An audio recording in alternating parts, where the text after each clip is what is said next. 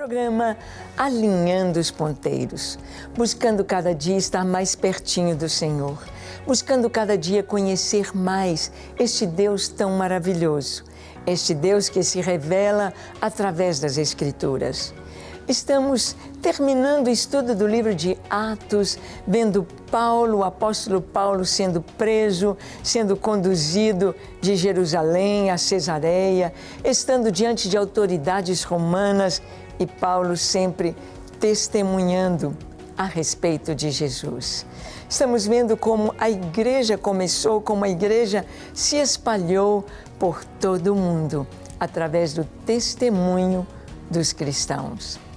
E no programa de hoje, vendo ainda Paulo prisioneiro, conversaremos sobre este tema. Paulo perante Festo e o rei Agripa. Quem era Festo? Quem era o rei Agripa? Por que Paulo está diante deles? Vamos ver? Deixe o seu coração aberto para ouvir Deus. O Espírito Santo vai falar com você. O programa Alinhando os Ponteiros já começou.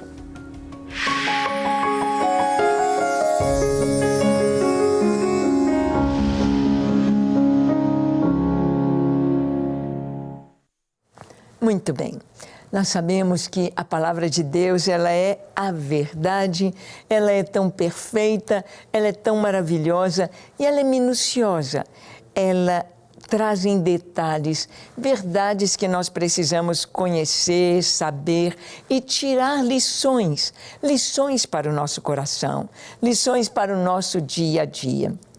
Vamos ver neste programa sobre Festo falando com Agripa. Festo fala sobre Paulo ao rei Agripa. Festo era o comandante ali de Cesareia. Festo estava comandando o exército romano ali na Judeia. O que precisava, estava sempre atento e estava acontecendo algo muito especial na sua época. Algo especial era o surgimento do cristianismo. O surgimento do que os judeus chamavam de seita, os do caminho. Os judeus chamavam Paulo de peste. Esse homem é uma peste. Essa peste chegou aqui, ele contamina todos. Ele está dizendo que passou, o judaísmo passou, agora é Cristo. E eles tinham o cristianismo como se fosse uma seita, que se espalhava rapidamente. Mas nós sabemos que Cristo, o cristianismo, não veio aniquilar o judaísmo, veio trazer o cumprimento de todas as promessas, o cumprimento de todas as profecias do Antigo Testamento em Jesus. Ele é a rocha, ele é aquela pedra que foi cortada da montanha na visão do rei Nabucodonosor, do seu sonho, aquela pedra cortada da montanha sem o auxílio de homens e que foi arrojada e se arrojou sobre os pés da estátua. Aquela grande estátua que representava os reinos do mundo a partir de Nabucodonosor.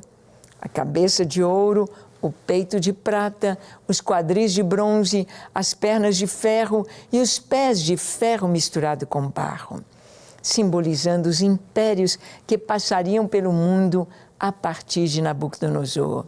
Cabeça de ouro era o Império Babilônico. Depois dele veio o Império Medo-Persa, representado pelo peito, os braços de prata.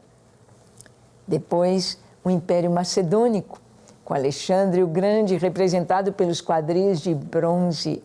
E depois de Alexandre, as duas pernas de ferro, representando o Império Romano, que se divide em dois, oriental e ocidental. E então, depois do Império Romano, nunca mais tivemos outro império mundial do nível destes impérios, como Babilônia, como o Império Medo-Persa, como o Império Macedônico ou o Império Romano. Nunca mais. E então, artelhos e pés de barro misturado com ferro. Nações fortes, ferro. Nações fracas, lodo ou barro. E esta pedra cortada da montanha é o Senhor Yeshua, o Messias, o ungido de Deus, cujo reino não terá fim e ele reinará pelos séculos dos séculos, para sempre, porque ele é o Rei dos reis e o Senhor dos senhores. Ah, Paulo sabia isso, todos os judeus sabiam disso, todos esperavam a vinda do Messias. Mas hoje os judeus lá em Israel ainda estão esperando a primeira vinda do seu Messias. Estão achando que ele vai chegar agora. Só que eles vão receber como seu Messias o anti-Messias, o anticristo que está para aparecer no mundo agora. E Paulo, então, ele tem liberdade de pregar sobre estes fatos, sobre a Escritura, para aqueles que são judeus, para aqueles que conhecem as Escrituras. E aqueles que não conhecem, ele vai mostrar que o Senhor Jesus é o Rei, é o governante mundial, é o Senhor, é o Salvador. É muito importante que a mensagem de Cristo ela seja levada a todas as nações. É muito importante que conhecer Jesus é tanto para aqueles que são religiosos, aqueles que buscam, que estão buscando a salvação, que têm uma certa espiritualidade indo em busca de Deus, assim como aqueles que não conhecem, nem estão interessados em Deus e nas coisas espirituais. É necessário que todos ouçam. Todos devem conhecer Jesus e a salvação que há nele. Então vamos ver que Paulo ali na prisão, Paulo ali em Cesareia, ele vai ter oportunidade de compartilhar a sua fé. Olha aqui Paulo falando, aliás, Festo fala sobre Paulo ao rei Agripa. Festo é o comandante, o rei Agripa é o governador. Em Atos 25, 17 a 19, nós lemos assim: de sorte que, chegando eles aqui juntos, sem nenhuma demora, no dia seguinte, assentando-me no tribunal, determinei fosse trazido o homem. E levantando-se os acusadores, nenhum delito referiram dos crimes de que eu suspeitava. Traziam contra ele algumas questões referentes à sua própria religião e particularmente a certo morto, chamado Jesus, que Paulo afirmava estar vivo. Bem, Festo fala ao rei Agripa: olha, eu tenho um prisioneiro aqui, eu queria que você o ouvisse, ele está aqui há 2 anos e eu não sei de que eles estão acusando. Esse Paulo diz a respeito de Jesus, um morto, alguém que foi crucificado em Jerusalém. Paulo diz que ele está vivo. Ah, este era o centro da mensagem. Festo já tinha ouvido a mensagem da cruz, a mensagem do perdão, a mensagem da salvação. Mas será que ele tinha entendido? Possivelmente não. Então ele fala para o rei Agripa. E vamos ver que o rei Agripa quis ouvir Paulo. Ficou interessado em conhecer este prisioneiro. Ele estava apenas visitando, saudando, trazendo as boas-vindas a Festo. Uma visita cordial, uma visita formal. E agora vão conversar a respeito de um prisioneiro e ouvir este prisioneiro. Atos 25, 20 a 22. Lemos assim: estando eu perplexo quanto ao modo de investigar estas coisas, perguntei-lhe se queria ir a Jerusalém para ali ser julgado a respeito disso. Mas, havendo Paulo apelado para que ficasse em custódia para o julgamento de César, ordenei que o acusado continuasse detido até que eu o enviasse a César. Então Agripa disse a Festo: eu também gostaria de ouvir este homem. Amanhã, respondeu ele, o ouvirás. Bem, Festo trouxe para o rei Agripa o que estava acontecendo em Cesareia, como Paulo foi trazido de Jerusalém, como ele estava ali aguardando um julgamento, aguardando o momento de uma viagem para Roma, para ser julgado em Roma. E o rei Agripa diz: eu quero ouvir este homem. Eu quero ouvir este homem. Ele estava interessado em saber por que Paulo estava passando por tudo aquilo. Paulo era um homem formado em curso superior. Paulo era um homem de grande talento e profundo, muito intelectual. Como ele poderia estar sujeito a tudo isso sem necessidade? O que estava acontecendo com Paulo? O rei Agripa queria conhecê-lo, queria ouvi-lo. Será que você tem desejado ouvir a respeito de Jesus? Será que o seu coração tem estado inclinado a saber por que um cristão está pronto a dar a sua vida por Cristo? Por que o cristão está tão seguro da verdade e de que o seu nome está no livro da vida e de que ele está salvo e de que ele entrou num caminho de justiça, de paz, de santidade que o conduz ao lar celestial, à presença de Deus, do Criador? Será que você tem desejado ouvir? Então, nós vamos ver que Paulo comparece diante do rei Agripa e Berenice, a sua esposa. Olha o que está escrito em Atos 25, versículo 23. Diz assim: de fato, no dia seguinte, vindo Agripa e Berenice com grande pompa, tendo eles entrado na audiência, juntamente com oficiais superiores e homens eminentes da cidade, Paulo foi trazido por ordem de Festo. Ah, isso é tudo que o apóstolo Paulo queria. Tudo que ele queria. Poder falar para a nata social de Cesareia. Poder falar para os cabeças, poder falar para as pessoas mais importantes daquela época que estavam reunidos ali em Cesareia, a capital romana ali da Judeia, ali daquela região que depois os romanos vão chamar de Palestina ou Filistina.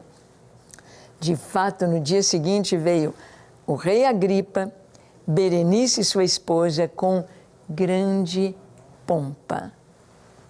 Por que pompa? Para ouvir um prisioneiro? A pompa era para impressionar. A pompa, as roupas elegantérrimas, era para distanciar as pessoas.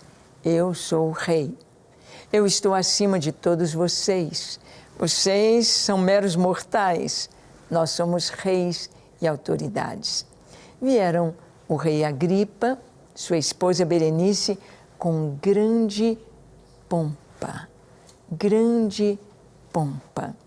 Há muitas pessoas que querem impressionar os outros pelo dinheiro, pelo carro que têm, pela roupa, a grife que vestem, pelos restaurantes que frequentam, pelo turismo que fazem pelo mundo, pelo dinheiro que gastam.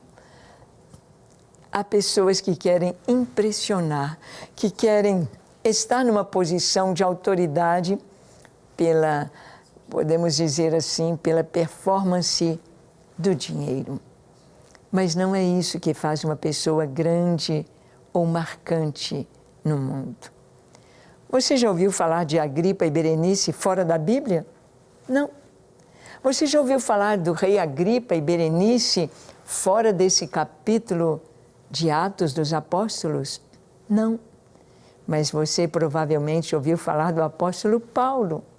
Paulo, que não estava vestido com pompa. Paulo, que foi preso e foi decapitado em Roma por causa do Evangelho. O mundo conhece, não só por esse capítulo, mas o mundo conhece pela sua vida, pelo que ele fez. Não é a pompa, não é o dinheiro que vai fazer uma pessoa aparecer. Hoje tantos estão vendendo a alma para o diabo para poderem ter dinheiro, posição e poder. sendo que o poder pertence a Deus. A posição Deus que nos coloca, como o próprio rei Nabucodonosor teve de reconhecer que Deus tira reis e põe reis. Deus depõe, Deus eleva ou abate a quem Ele quer. O rei Nabucodonosor teve esse entendimento com grande sacrifício. Então, no dia seguinte vem Agripa, Berenice com grande pompa. Mas diz o texto que também eles entraram na audiência com os oficiais superiores, com todos os generais, com todas as patentes do exército romano, os grandes homens, os manda-chuva, os mandatários, os mais nobres em Cesareia, os oficiais. Ali estavam para ouvir Paulo. E não somente eles, mas homens eminentes da cidade, os grandes empresários, os grandes nomes, os grandes intelectuais, ou todos os grandes da cidade, ali estavam junto com Agripa e Berenice. Para quê? Para ouvir Paulo. Ah, como Paulo estava bem! Paulo foi trazido por ordem de Festo. Era tudo o que ele queria. Ali estavam pessoas, corações, que precisavam ouvir o Evangelho. É muito importante que nós saibamos isso. Para quem oramos? Por que oramos? Estamos diante do Brasil, diante de tantas pessoas que estão em posição de autoridade no nosso governo, pessoas que não conhecem Jesus, conhecem de nome, de família, mas não pessoalmente, não como Senhor e Salvador, mas são corações, são pessoas que estão condenadas ao inferno se não conhecerem Jesus como seu Senhor e seu Salvador. Por isso precisamos orar por eles. Orar por todos que estão investidos de autoridade, assim como Paulo teve essa oportunidade aqui, nós precisamos de anunciar Jesus.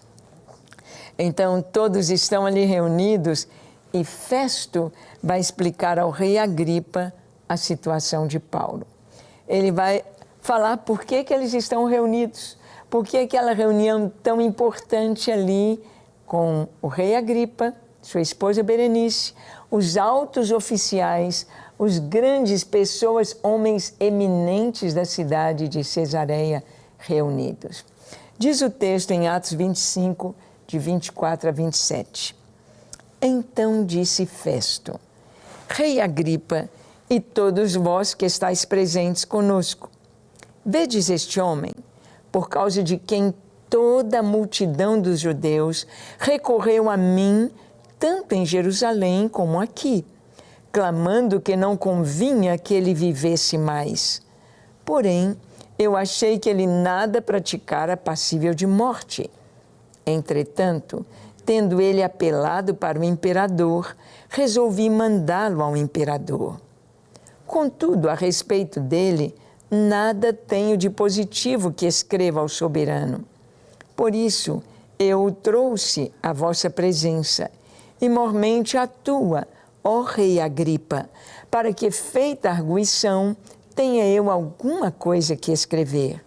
Porque não me parece razoável remeter um preso sem mencionar ao mesmo tempo as acusações que militam contra ele. Então aqui está Paulo diante do rei Agripa, diante daquela multidão de nobres em Cesareia, e Festo explica ao rei Agripa a situação de Paulo. Ele diz, olha, esse prisioneiro foi trazido aqui pelos principais dos judeus e ele apelou para César. Mas o que eu vou falar com o imperador? Não é razoável enviar um prisioneiro sem falar qual o motivo, qual a acusação. Então, por isso, nós estamos reunidos aqui. Eu preciso escrever alguma coisa para o imperador de Roma a respeito deste homem. Nós vemos que muitas vezes Deus vai conduzindo as situações e parece que elas vão ficando mais apertadas ou mais demoradas. E muitas vezes a nossa postura é de impaciência, é de pensar, ai, Deus me deixou, ai, Deus não está presente, ai, está demorando demais, o que vai ser, o que Deus quer? Muitas vezes nós não compreendemos o que Deus está fazendo. Realmente, Ele mesmo nos diz que os seus caminhos são mais altos do que os nossos. Os seus pensamentos são mais altos do que os nossos. Deus sabe a meu respeito o que eu não sei. Deus sabe o dia de amanhã que eu não sei. Deus me guia hoje de acordo com o que Ele planejou amanhã, ano que vem, ou Deus nos dirige de acordo com os seus planos, com os seus propósitos. Paulo não podia pensar que ele ia ficar 2 anos preso em Cesareia. Paulo não podia pensar que ele falaria diante de reis, ele já tinha dado seu testemunho em Jerusalém, diante do sumo sacerdote, diante do sinédrio, diante das pessoas importantes de Jerusalém. Agora, ele vai falar diante de pessoas importantes em Cesareia. Cesareia, uma cidade totalmente diferente de Jerusalém.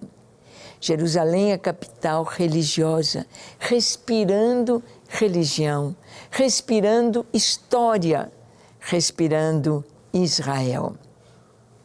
Cesareia, uma cidade nova, novíssima, uma cidade formada, criada, totalmente artificial para imitar Roma, para imitar o Império Romano, até mesmo o mármore trazido para fazer aquelas obras de arte de Cesareia, inclusive o porto artificial, tudo com muito dinheiro, tudo com muita pompa. Em Cesareia, Paulo estaria falando para as principais pessoas. Deus tem os seus planos para nós. Às vezes, nós passamos por situações que pensamos, por que isso? Qual o propósito? E quando nós entendemos, o nosso coração se alegra. O nosso coração se regozija de ver como Deus é sábio, como Deus nos conduziu. Por exemplo, a gente pensa, por que Deus levou o povo de Israel para o Egito? Por que o povo ficou no Egito por 400 anos? Foram até escravos durante 150 anos. Por quê? Deus os levou para preservá-los, porque para os egípcios, pastor de ovelhas é abominação. Eles não se misturam com pastores de ovelhas. Em Israel, todos os patriarcas eram pastores de ovelhas. Ficaram segregados ali na terra de Gósen. Ali se multiplicaram sem casar com os egípcios. Casando entre si, se multiplicaram as 12 tribos. Era Deus preservando o povo. Às vezes você não entende o que está acontecendo agora na sua vida. Deixe Deus ser Deus e guiar o seu viver. Que tal orar? Vamos orar? Feche seus olhos, curve sua fronte. Se for possível, se ajoelhe e ore comigo, entregando sua vida e cada momento ao Senhor. Ore comigo dizendo assim, Senhor, eis-me aqui em Tua presença. Eu trago a Ti o meu coração, a minha vida. Tu me conheces, Tu me sondas, Tu sabes todas as coisas a meu respeito. Eu te peço perdão dos meus pecados. Lava-me, limpa-me, perdoa-me, dá-me um coração puro na Tua presença e encha-me com Teu Espírito Santo e dá-me a Tua presença, a Tua graça, o Teu favor. Eu quero fazer a Tua vontade. Eu me entrego a Ti totalmente. Corpo, alma, espírito, eu me entrego em Tuas mãos. Encha-me com Teu Espírito Santo e capacita-me a fazer a Tua vontade todos os dias da minha vida. Te entrego a minha família, tudo que sou, tudo que tenho é Teu. Em nome de Jesus. Amém, amém e amém. Graças a Deus. Se você orou de todo o coração, você foi abençoado. Tome posse da salvação, ande na presença de Deus e viva para a sua glória cada minuto que Deus te der. Amém? Que o Senhor te abençoe ricamente e você caminhe de vitória em vitória, de glória em glória, na presença daquele que nos amou. Deus te abençoe e até o nosso próximo encontro.